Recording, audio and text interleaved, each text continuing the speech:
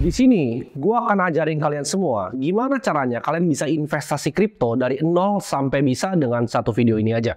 Karena sebenarnya kripto ini adalah suatu hal yang kompleks, jadi gue akan bagi video ini ke 3 segmen ya. Yang pertama kita akan belajar konsepnya dulu, kedua kita belajar praktek cara belinya, dan yang terakhir gimana caranya kita bisa simpen kripto kita. Kripto itu, menurut opini gue pribadi, itu udah di tempat yang unik ya. Kalau kalian lihat di mana misalnya orang tua kalian udah banyak nih yang ngomongin, bahkan nyokap gue udah nanya, kok apa sih itu Bitcoin gitu? Apa sih itu cryptocurrency? Jadi orang-orang terdekat, bahkan tetangga kalian udah boleh ngomongin, oh itu Bitcoin, oh itu Ethereum. Bahkan kalian di tongkrongan mungkin udah ngomongin harganya Bitcoin gitu. Jadi gue ngelihat ya, teknologi ini tuh sebenarnya sudah mainstream, di mana banyak orang yang udah mulai melek terhadap teknologi ini. Dan sebuah teknologi itu paling bagus untuk kita pelajarin di saat semua orang udah banyak yang ngomongin, udah banyak yang ngomongin Bitcoin, udah banyak yang ngomongin kripto, tapi mereka nggak ngerti sebenarnya isinya apa. Jadi udah gede nih, udah viral, tapi orang belum paham tentang teknologinya. Itu saat terbaik untuk kita mulai masuk dan kita mulai belajar. BlackRock adalah sebuah perusahaan institusi ya, aset manager dengan aset itu 10 triliun US dollar. Mereka udah mulai untuk menawarkan produk-produk berbasis cryptocurrency seperti Bitcoin. Jadi di sini sebenarnya pilihan kalian ya, bahkan perbankan di luar semua matanya sudah terbuka. Nah ini pilihan kalian mau belajar atau nggak mau belajar. Di sini gue nggak bisa maksa kalian untuk belajar. Tapi gue akan sharingkan apa yang gue tahu. Kita lihat dari awal Januari, Bitcoin itu udah naik 80% lebih ya. Kalau kita bandingkan dengan aset-aset yang lain seperti saham, seperti reksadana, seperti emas ya. Bitcoin itu jauh banget melampaui mereka semua. Ibarat nih kalau lu mau taruh uang 1 juta dalam Bitcoin itu jadi 1,8 juta. Dalam kurang dari waktu 6 bulan. Dibanding aset yang lain, kalau kalian taruh misalnya di saham gitu. 1 juta yang tadi kalian taruh di indeksnya saham, yaitu basket dari kumpulan saham-saham lain, itu kan justru jadi minus. Kalau kalian taruh di reksadana, mungkin nggak sampai 1,1 juta bahan uangnya. Sedangkan kalau kalian taruh di Bitcoin, uang 1 juta yang sama tadi, itu jadi 1,8 juta. Di sini gue mau cerita sedikit, gue pertama kali masuk ke dunia cryptocurrency ini di saat umur gue masih 16 tahun. Kalian bisa lihat di sini gitu kan, masih gembel banget gitu kelihatannya. Di situ gue udah banyak mengalami siklus-siklusnya ya. Jadi 2016 itu Bitcoin pernah naik, terus crash lagi 2017. Dia pernah naik lagi 2021, crash lagi 2022. Jadi gue udah kena 2 siklusnya dari cryptocurrency ini. Gue udah kebakar di koin-koin micin ya tahun 2017 di mana gue ngerasa, oh ini bagus, gue beli, rugi semua uangnya. Dan terakhirnya siklus terakhirnya gue juga masih sama ya, gue masih kena juga gitu kan, seperti Luna ya, gue kena uang gue di namanya protokol, namanya Anchor Protocol, di mana protokol ini menawarkan bunga 19% fix untuk stablecoin ya, yaitu cryptocurrency yang di-peg sama US dollar 1:1. Setelah bertahun-tahun di dunia ini, sampai sekarang portofolio gue itu 90% lebih di cryptocurrency. Jadi gue walk the talk, yang gue ajarin itu adalah yang gue praktekin sendiri. Konsep yang kita perlu ngerti tentang dunia cryptocurrency, kenapa ini terjadi semuanya, kita harus tarik balik dulu ya. Kita harus ngerti tentang konsep dari uang itu sendiri. Jadi kita belajar, kenapa sih adanya uang kertas ya? Dulunya koin itu dari mana? Jadi kalau kita mulai ke permulaan di awal, ada sistem yang namanya barter, di mana kita tukeran ya. Lu punya misalnya 10 apel, gua punya 1 ikan yang gede, kita tukeran. Lu kasih gua 10 apel, gua kasih 1 ikan. Tapi cepat atau lambat, manusia itu sadar bahwa ini nggak bisa nih dilakukan barter gini. Karena gini, kalau kalian punya 10 apel, tuker 1 ikan, mungkin ada yang mau. Tapi kalau kalian punyanya apel, mau tuker sama 1 rumah, mau berapa ratus, berapa ribu apel yang kalian tukar untuk rumah ini, ya kan? Jadi di situ nggak cengli. Dan problemnya dengan misalnya buat yang punya apel atau punya ikan, kalau ditukar sama rumah, mungkin proses transaksinya lama, dan begitu udah transaksi nih apel sama rumah, apelnya udah basi. Uang itu kan adalah transfer antara value. Transfer antara value. Barter kalian punya apa? Transfer value. Manusia itu ras yang pintar dan sangat cepat beradaptasi. Jadi kalau metode transfer value-nya ini lebih jelek dibanding yang baru, dia cepat untuk pindah. Habis dari pertama kali barter, kita coba untuk pakai kerang gitu. Tapi teknologi makin tinggi, kita makin banyak explore di laut, ternyata kerang itu banyak gitu kan. Nggak langka lagi, jadi nggak bisa dong pakai kerang, orang tinggal ngambil kerangnya. Jadi nggak adil. Jadi transfer antara value ini ya, itu banyak berubah-ubah. Dari awal barter ya kan, kita lihat ada uang dari kerang, kita lihat uang dari garam, kita lihat akhirnya uang kertas pertama kali di dinasti Song Cina, dan akhirnya sampai ke uang kertas di Eropa ya. Nah, awal-awal uang kertas ini di Eropa itu dibikin sama para goldsmith namanya. Jadi mereka itu yang ibaratnya ngelebur-lebur emas, yang bikin emas ya. Tapi mereka sangat cepat sadar. Jadi gini, awalnya uang kertas adalah, misalnya gue punya emas nih 100 gram gitu. Gue kasih lu kertas bukti bahwa lu punya emas di gua nih. Gue pegangin emasnya, lu ambil kertasnya bahwa lu punya emas ini. Jadi awalnya itu adalah kontrak untuk emas. Tapi seiring berjalannya waktu, manusia kan serakah. Nah, orang-orang para yang bikin emasnya ini mikir, kalau gue bohongin dia gimana ya? Jadi gue bilang aja ini kontrak emas 100 gram kan kertas doang, emasnya nggak usah ada. Tapi gue bilangnya gue punya semuanya di sini. Jadi misalnya emasnya 3 kilo, kertas yang keluar itu 5 kilo. Terjadilah yang namanya inflasi. Ya. Jadi nilai kertasnya ini akhirnya lama-lama turun karena emasnya tuh nggak beneran ada. Nah, uang kertas ini dari zaman tadi ya, Eropa tahun 1600 sampai ke 1971 itu selalu diacukan kepada emas. Dimana kalau ada uang kertasnya, ada emasnya. Sampai 1971, Presiden Nixon itu pecahin ya, namanya the gold standard. Dimana uang kertas berbentuk fiat itu udah nggak ada lagi nih emas di belakangnya. Nah, ini celakanya.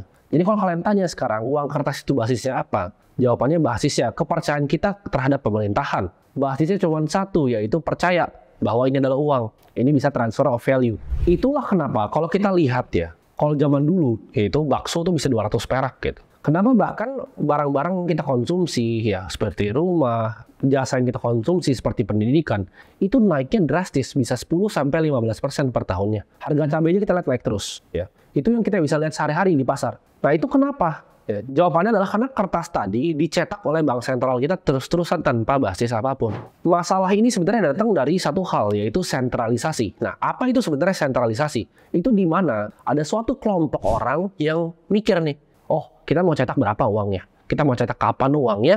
Berapa banyak nih mau dibagiin ke orang-orang? Sirkulasinya mau berapa? Nah, ini segelintir orang yang kuasain. Lalu dari uang fiat ini, manusia itu sangat pintar. Kayak gue bilang tadi, manusia itu pintar banget kita untuk memecahkan masalah. Dari problem tadi, itu diciptakan uang-uang digital ya. Zaman dulu tuh banyak banget ya, seperti e-cash ya, hashcash ya, Adam Back. Nick Szabo juga dulu pernah bikin namanya BitGold ya. Jadi ini banyak banget udah bikin dari zaman dulu ya. Problem ini mau coba diselesaikan dari tahun 1990-an. Ini gue mau jelasin dulu kenapa konsep digital cash yang peer-to-peer itu penting banget ya. Untuk kalian bisa ngerti konsep ya, makanya segmen pertama ini gue sebut dengan konsep. Kalian harus tahu dulu kenapa digital cash itu dibikin. Karena gini, contohnya nih, misalnya gue ngutang sama kalian Rp50.000. Ya, gue ngitung Rp50.000.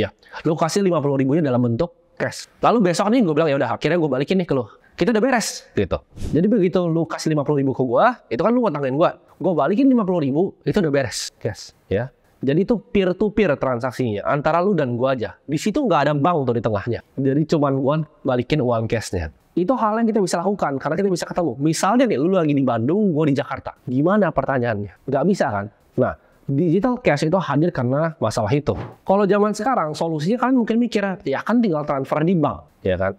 Tapi transfer di bank itu nggak pure peer-to-peer. Dengan kita menggunakan bank, kita percaya bahwa uang kita simpan di bank itu transfer ke mereka. Ada sentralisasi yang sama dengan percetakan uang tadi ya. Jadi problemnya adalah pihak ketiga yang harus kita percaya. Kita harus percaya banknya transfer ke dia. Mungkin sekarang memang iya ditransfer semuanya, tapi kalau enggak bagaimana pertanyaannya? Dan bank itu beroperasi sama seperti bank sentral tadi, fiat tadi. Basisnya cuma satu, kepercayaan. Itu kenapa satpamnya semua selalu paling ramah. Itu kenapa semua mereka invest gede-gedean di operasional untuk bikin orang terasa nyaman. Karena cuma satu basisnya, yaitu kepercayaan. Disitulah sebenarnya keunggulan cryptocurrency ini. Dimana transaksinya itu peer-to-peer. Sama kayak tadi, 50.000 yang gue kasih ke lu. Tapi bedanya kita nggak perlu ada bank di tengahnya. Bitcoin ini adalah sebuah program software yang bisa transfer value-nya cross border ya, antar benua. Kapanpun, dimanapun, untuk siapapun, berapapun. Orang bilang, tapi kan bisa pakai bank. Kalian yang tahu pakai M-Banking, kalian pasti tahu limit transfernya M-Banking kalian itu 100 juta. Kalau kalian mau transfer 2 miliar, gimana caranya? Dengan cryptocurrency ini, 2 miliar begini. Nah, itu pun antar Indonesia. Kalian gampang, misalnya BCA. Kalau BCA, BRI, ya ada admin fee-nya. Tapi kalau misalkan mau transfer, misalnya teman kalian ada yang ke luar negeri, Taiwan misalnya, gimana caranya kalian bisa transfer dari Indonesia ke Taiwan? Apakah bisa pakai bank BCA? Pertanyaan itu kan. Jadi kalau sistem perbankannya udah beda antar negara, ini udah repot ya untuk transfernya.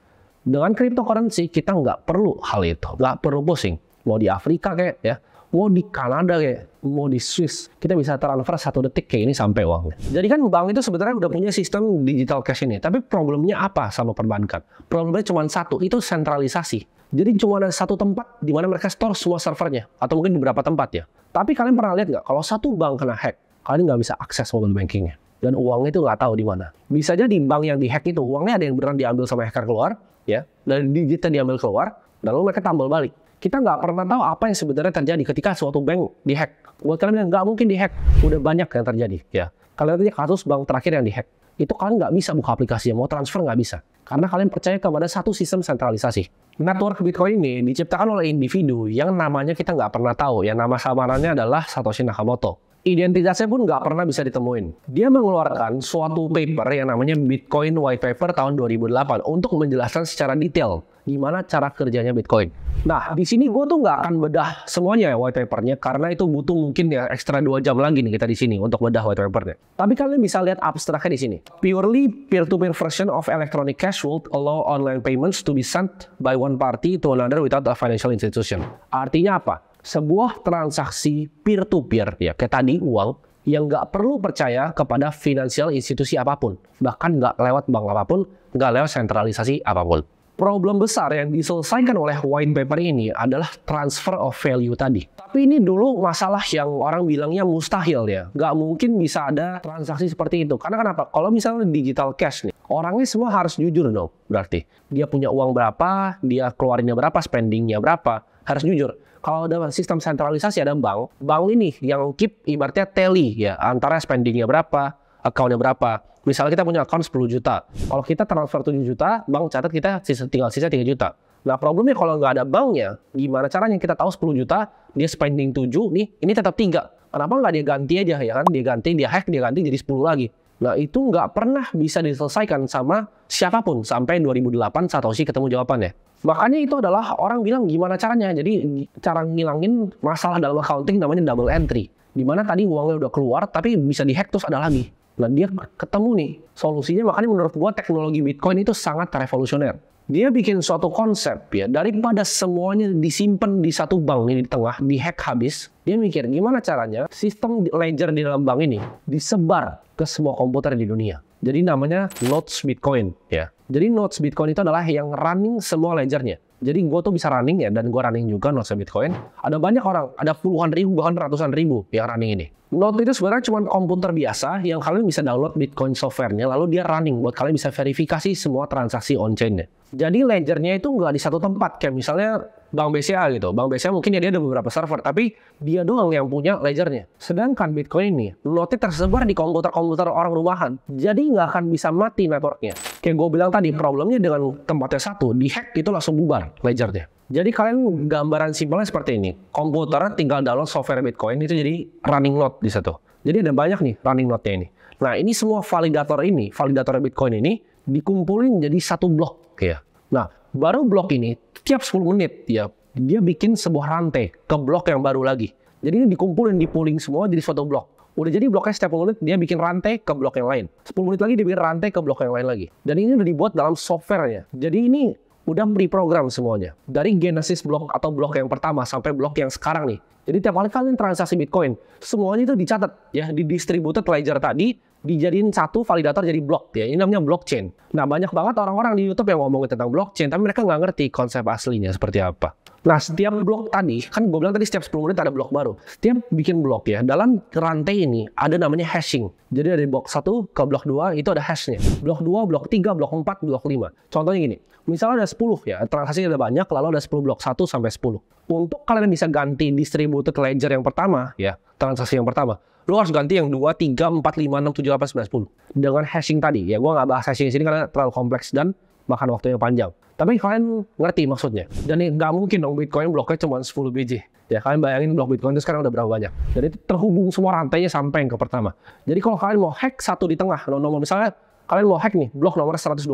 Lu harus hack dari nomor 1 sampai nomor sekarang. Possible nggak? Jawabannya enggak. Untuk satu aja itu makan waktu, makan quantum komputer gitu. Untuk bisa kalian pecahin satu. Karena encryption namanya SHA-256. Itu butuh quantum komputer untuk pecahin satu. Untuk pecahin semuanya, hampir mustahil. Itu nggak ada yang pernah bisa bobol selama dari 2008 mulai white paper sampai sekarang. Padahal bounty-nya, ibaratnya imbalan untuk ngebobol itu sangat besar. Dan kita tahu manusia itu sangat pintar, banyak banget hacker-hacker yang super jago di dunia. Tapi nggak ada satupun yang bisa nge-hack Bitcoin. Kenapa? Karena sistemnya dibuat hampir mustahil untuk bisa di-hack. Kalau kita lihat dari total kapitalisasi pasarnya ya, harga Bitcoin semuanya itu 600 miliar dolar. Itu lebih besar dibanding bank-bank seperti JP Morgan, Bank of America, dan bank-bank lain yang besar di US. Kalau kalian bisa hack itu satu itu, kalian bisa ganti semuanya, kalian bisa dapetin 600 miliar dolar ya. tapi nggak ada yang bisa satu dunia ini. Jadi kalian dapat konsep gambaran ya tentang gimana cara kerja Bitcoin itu. Pertanyaannya gimana cara belinya? Jadi kalau kalian cara belinya, ini untuk pemula yang awam ya, karena ini kan videonya untuk pemula. Mungkin di sini beberapa ada otaknya udah mulai ngebul. Jadi kita akan praktek pakai exchange lokal. Oke, untuk kebutuhan video ini gue akan pakai toko kripto, karena untuk yang series borong Bitcoin kemarin, jadi buat yang belum tahu, gue bikin series tiap bulannya, gue akan tabung 100 juta, biar kalian bisa ikut bareng gue, lihat perkembangan Bitcoin itu seperti apa. Itu kan exchange-nya pakai Nodax, dan ini gue akan pakai toko kripto, karena gue sama sekali nggak disponsor sama siapapun di sini.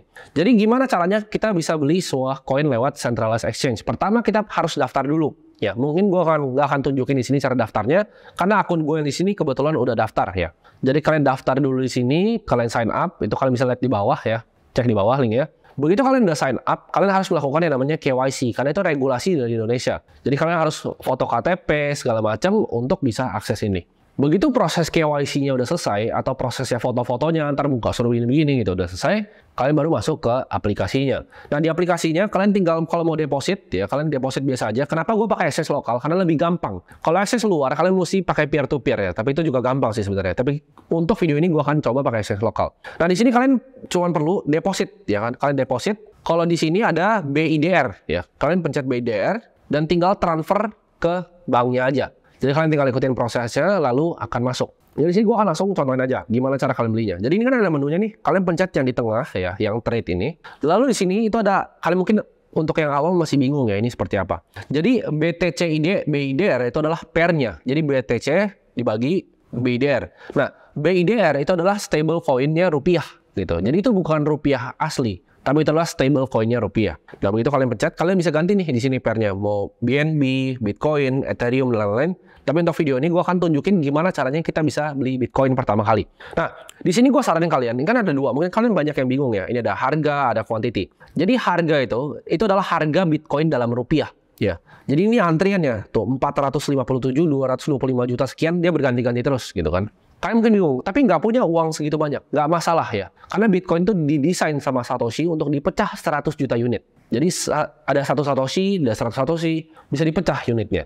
Jadi kita mau beli 500.000, kita mau beli 100.000, itu bisa gitu. Tapi di sini ya gue udah taruh di sini 4 juta BIDR, dan gue akan contohin gimana cara belinya. Nah jadi gue saranin untuk kalian semua, kalau kalian mau beli, kalian harus pakai yang namanya limit order di sini. Kenapa limit order? Kalau market order, jadi gini, simpel gini. Kalau limit order, kan kalian di sini, ini ada namanya order book ya, di mana itu ada harganya, ada kuantitinya berapa Bitcoin yang ngantri di harga itu. Sama kayak mungkin orang-orang yang di saham udah familiar tentang order book ini. Tapi ini gue jelasin untuk yang pemula. Kalau kalian limit order, itu kalian ngisi likuiditas gitu. Jadi kalian bantu exchange ini untuk isi likuiditas. Jadi fee kalian, jadi kan kalau kalian beli Bitcoin lewat exchange harus dapat duit pasti. Biasanya 0,10 atau 0, berapa. Sama pajak kalian 0,21. Jadi kalau kalian mau beli di exchange, mereka pasti ambil fee. Nah, fee ini lebih murah kalau kalian bantu ngisi buku mereka gitu. Kalau kalian pakai limit order, fee kalian akan lebih murah. Simpel gitu. Tapi kalau misalnya market order, kalian disebut sebagai market taker. Kalau limit order, market maker. Kalian mungkin ada yang pernah dengar nggak kata market maker? Kalian mikirnya bandar lah apa? Enggak. Market maker itu adalah liquidity provider yang ngisi order book ini gitu. Jadi toko kripto ini kan dia pakai Binance ya. Tapi kalau misalnya yang lain kayak Nodax dan lain-lain, itu ada market maker di dalam untuk ngisi liquidity tiap pairnya biar nggak kosong. Kalau kosong ntar nggak ada yang berani beli di sini gitu. Jadi saran gue pakai limit order. Tapi untuk video ini gue akan pakai market order. Kenapa? Kalau market order itu langsung dapat, tapi fee-nya tinggi. Kalau limit order kalian ngantri ya, ntar dapat, kalian cari yang harganya tipis-tipis aja dan itu masuk nanti. Fee-nya lebih murah. Tapi untuk tujuan video ini gue akan pakai market order. Di sini ini kalian bisa pilih nih mau 25% dari yang kalian top up. Tapi di sini gue akan 100% ya. Jadi 4 juta rupiah. Gue akan pencet market order buy Bitcoin sini. Oke. Oh di sini nggak bisa market bahkan ya. Gue baru tahu gitu. Di sini nggak bisa market karena gue jarang banget pakai ini. Ini gue baru buka bahkan akunnya. Kita beli ya di sini. Kita mau ngantri di harga 457 nih ya. Oke. Ini gue langsung di harganya deh bentar. Oke. Nah ini gue langsung beli Bitcoin di sini. Gue limit order. Nah, kalau limit itu dia ngantri kayak gini. Jadi ntar akan kejemput harganya. Begitu udah masuk, ntar kalian bisa langsung lihat di walletnya di sini gitu. Tapi ini karena ada beberapa Bitcoin gua, jadi mungkin nggak kelihatan tadi gue belinya berapa. Harusnya gue contohin pakai akun yang kosong, tapi udah nggak ada lagi. Jadi akun sisa gue cuma yang ini gitu. Jadi kalian lihat sesemudah itu untuk beli. Nah ini masih belum masuk nih. Tapi ini tinggal ditungguin aja. Nanti dia akan masuk sama harganya naik turun, dia akan jemput. Jadi sebenarnya cara belinya cuma begitu aja, simple, dan kalian bisa lihat nanti total Bitcoin kalian di portofolionya di sini, di balance di sini. Nah, kalian bebas ya mau pakai exchange apapun nggak masalah. Kita kan udah praktek gimana caranya kita bisa membeli Bitcoin ya di centralized exchange. Tapi ini saran gue, jangan pernah simpen duitnya di sana. Itu duit yang gue taruh di sana itu duit kecil aja. Gue nggak simpen uang gue di sana. Gue simpennya self custody ya. Jadi ada pepatah di industri cryptocurrency ini, not your keys, not your coin ya. Gue akan jelaskan konsepnya lebih panjang di belakang. Tapi intinya kita jangan percaya sama centralized exchange manapun. Karena ini ngelawan yang konsep tadi gue bilang sebelumnya. Konsep dari blockchain itu sendiri. Kenapa dia ngelawan sentralisasi? Ini kan kita percaya, gue beli di toko kripto, berarti gue percaya Bitcoin gue dibeliin sama toko kripto. Ya. Tapi cryptocurrency itu sebenarnya bukan begitu. Kita harus percaya kepada software, bukan kepada entitas seperti toko kripto. Kenapa Bitcoin itu dibilang orang sebagai network pembayaran paling aman di dunia? Karena namanya enkripsi public key nih. Kalian bingung ya, public key, kenapa kunci-kunci ini? Apa kunci rumah gitu kan? Bukan. Nah, Bitcoin software itu nggak buatin kalian private key secara otomatis. Tiap ada new user yang pakai sistemnya. Kayak ibarat password untuk mobile banking kalian. Biar gampang nih, ini kalau gue jelasin konsepnya, kalian harus ngerti dulu. Gue tarik balik dulu kriptografi dari dasar. Tapi untuk alasan video ini, karena gue mau bikin simple untuk pemula, ingat yang gini aja, kalau private key itu ibarat PIN ATM kalian, sedangkan public key ini adalah nomor rekening kalian. Jadi kalau misalnya nomor rekening, lu misalnya mau transfer ke gue kasih public key gue ke lu, bentuknya hashing, tinggal lu copy paste langsung transfer bisa. Sama kayak rekening, sebenarnya nggak apa-apa untuk dikasih ke orang gitu. Kalau lu misalnya mau transfer ke gue kasih rekeningnya, bukan PIN-nya. Kalau kalian kasih private key-nya, bisa dibuka gitu, bisa diambil Bitcoin kalian semua. Jadi jangan kasih private key-nya ini. Tapi mungkin ada nanya, lah tapi di toko kripto nggak ada. Memang, karena key-nya kalian percaya dipegang sama dia. Makanya dibilangnya not your keys, not your coin.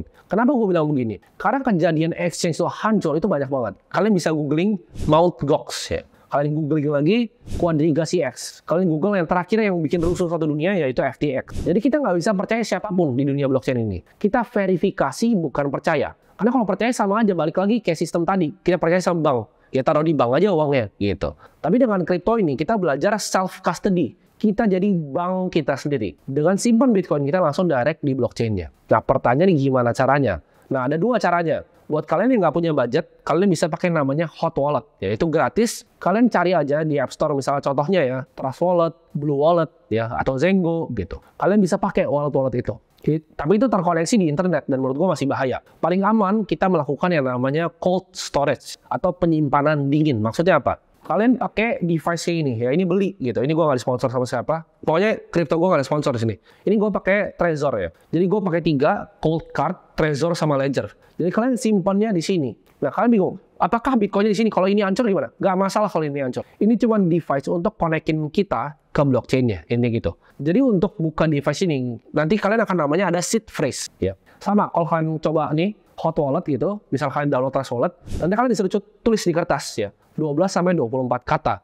Nah itu namanya seed phrase. Nah seed phrase ini jangan sampai dikasih ke orang dan jangan sampai hilang. Kalau seed phrase ini hilang, kripto kita hilang. Jadi gini, kalau ini hilang nih, gue gak masalah, karena gue punya seed phrase-nya. Jadi begitu contohnya. Kenapa gue suka banget sama konsep dari cryptocurrency ini? Gue nggak perlu punya apapun. Gue nggak perlu punya rekening bank. Gue nggak perlu punya uang rupiah gue taruh di apartemen gue. Gitu. Misalnya nih, kalau hari ini Indonesia ada krisis, gue bawa aja nih. Atau terserah, gue nggak bawa juga nggak masalah. Gue tinggal bawa beginian, ya. Gue kabur misalnya ke Vietnam, ke Kamboja, ke Thailand. Itu uang gue semua di sini. Ya, uang gue nggak ada di Bank Indo. Gue nggak usah sibuk-sibuk transfer ntar dibekuin atau apa. Nggak perlu. Ini nggak bisa dibekuin. Ya karena Bitcoin gue ada direct di blockchain. Gue pokoknya nggak pernah percaya sama exchange. Jadi gue taruh di exchange itu sangat sedikit dari total aset gue. Walaupun di exchange itu coba untuk Fahifu ya. Mereka bilang ini adalah proof of reserve gitu kan. Ini pakai Merkle tree dan banyak hal-hal teknis lainnya untuk buktiin bahwa beneran ada. Gue tetap nggak pernah percaya. Gue percaya ke software bukan manusia. Ya bahkan toko kripto pun gue nggak percaya. Ya walaupun CEO-nya ini teman gue sendiri ya. CMO-nya juga teman gue sendiri. Kalian bisa lihat sini. Ya, walaupun teman gue sendiri, gue juga tetap nggak percaya. Gitu. Gue lebih percaya sama sistem yang dibuat sama Satoshi. Ini device-nya buat yang tanya harganya berapa, ini sekitar gue lupa ya, 2-3 jutaan. Karena dikirimin dari luar negeri. Nah, ini warning keras buat kalian. Ya, ini warning keras sama buat kalian. Jangan pernah beli beginian, Trezor, Ledger, Cold Card, apapun itu. Jangan pernah beli di marketplace kayak Amazon, Tokopedia. Karena mereka bisa udah buka, mereka catat seed phrase-nya dicolong Bitcoin kalian. Jangan pernah beli dari Tokopedia, jangan pernah beli dari Shopee, jangan pernah beli dari marketplace, jangan pernah beli dari teman kalian. Belinya langsung dari situs resminya. Ya. Kalian cari aja di Trezor atau di Ledger, terserah kalian mau kayak mana. Harganya sekitar 2-3 jutaan. Jadi dengan device itu kalian bisa verifikasi sendiri kepemilikan Bitcoin dari kalian. Nah buat kalian udah mulai pusing nih, otaknya mulai ngebul nih ya belajar kayak gini. Ini baru 1% dari ilmu tentang Bitcoin. Bahkan mungkin belum sampai 1%. Jadi masih banyak banget knowledge yang bisa dipelajari tentang teknologi ini. Kita belum bahas enkripsinya, SHA-256 itu apa. Kita belum bahas tentang sistem dari mining Bitcoin. Ini gue masih gambarnya yang paling luas lah ini. Ini paling gampang untuk pemula ngerti aja. Jadi kalau kalian suka video ini, kalian komen di bawah dan kita belajar bareng-bareng tentang teknologi ini. Dan gue akan buatin video-video ke depannya mengenai teknologi di blockchain.